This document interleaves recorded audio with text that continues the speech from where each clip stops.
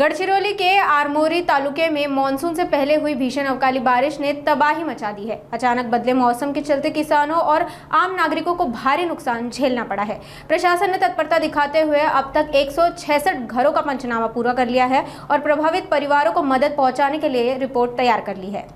9 तारखेला जून महिन्यामध्ये आता परवाच्याच दिवशी रात्री 8:30-9च्या दरम्यान इतकं जास्ती वादळ होतं, तर 1-2 तास जवळपास ते वादळ चाललं आणि त्याच्यामुळे 166 घरांचं एकाच मंडळामध्ये नुकसान झालेलं आहे। पिसेवडता मंडळ म्हणून आहे, त्यातले भाकरोंडीमध्ये मोठ्या प्रमाणात नुकसान आहे।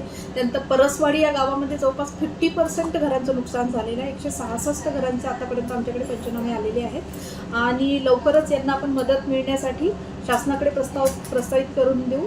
त्यामुळे लवकरात लवकर सर्व जे काही आपले नुकसानग्रस्त आहेत खातेदार त्यांना मदत मिळेल। शेतीचं आपल्या जून महिन्यामध्ये आता पीक नाही आहे, त्याच्यामुळे जून महिन्यात नुकसान नाही, पण जे मे महिन्यामध्ये नुकसान झालेलं आहे, वैरागड मंडळ आमच्याकडे एकाच मंडळात 85 mm पाऊस पडला होता एक दिवस आणि पूर्ण मे महिन्यामध्ये सुरुवातीपासून कंटिन्यू पाऊस आहे।